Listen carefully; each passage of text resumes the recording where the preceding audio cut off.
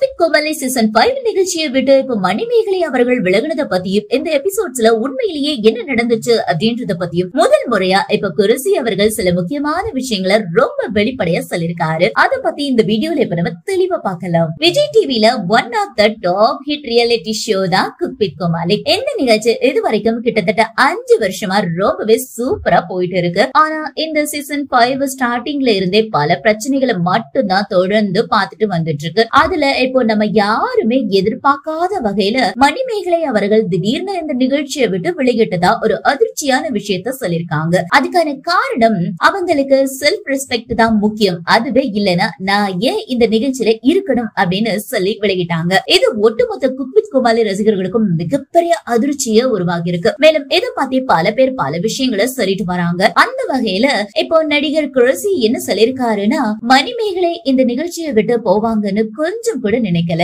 ஆனா அவங்களுக்கு இந்த சீசன்ல பிரியங்கா அக்கா குக்கா வந்ததுல இருந்து நிறைய ஹர்ட் ஆயிட்டே இருந்தாங்க. பிரியங்கா அக்கா எப்போதுமே விளையாட்டுத்தனமா சில விஷயங்களை பேசிடுவாங்க. ஆனா அது அப்போசிட்டா யாரு எப்படி எடுத்துக்கிறாங்கன்னு ஒரு விஷயம் இருக்கு. மணிக்கு கிண்டல் பண்ண பிரச்சனை இல்ல, ஆனா அதுவே அவங்க பண்ற வேலையை குறை சொல்ற மாதிரி இருந்தா அது அவங்களால பொறுத்துக்க முடியாது. அப்படித்தான் லாஸ்ட் எபிசோட்ஸ்ல பிரியங்கா அக்கா செட்ல மணிமேகலைக்கு ஆங்கரிங் பண்ணவே தெரியல, ஓசில வேலையே பார்க்காம சம்பளம் வாங்குறா அப்படி இப்படின்னு பேசிட்டாங்க. என்னதான் அவங்க விளையாட்டுத்தனமா இது சொல்லிருந்தாலும் மணிக்கு தாங்க முடியாத வலியை கொடுத்துருச்சு. அதனால அவங்க எப்படி ஒரு முடிவை எடுத்துட்டாங்க போல அப்படின்னு ரொம்பவே வெளிப்படையா சொல்லிருக்காரு. இத பார்த்துட்டு பல ரசிகர்கள் பிரியங்கா பண்றது ரொம்பவே மோசம், அவங்க என்ன பெரிய ஆங்கர்னு நினைப்பா அப்படின்னு திட்டிட்டு வந்துட்டு இருக்காங்க. சோ இந்த வீடியோ பார்த்துட்டு இருக்க நீங்க குருசி சொல்லிருக்கிற இந்த விஷயத்த பத்தியும் மணிமேகலை விலகுனத பத்தியும் நீங்க என்ன நினைக்கிறீங்க அப்படின்னு உங்களுடைய கருத்துக்களை கீழே உள்ள கமெண்ட் செக்ஷன்ல ஷேர் பண்ணுங்க. மேலும் இது போன்ற பல முக்கியமான செய்திகளை தெரிஞ்சுக்க நம்ம தமிழ் லைவ் 360 சேனலை மறக்காம சப்ஸ்கிரைப் பண்ணுங்க.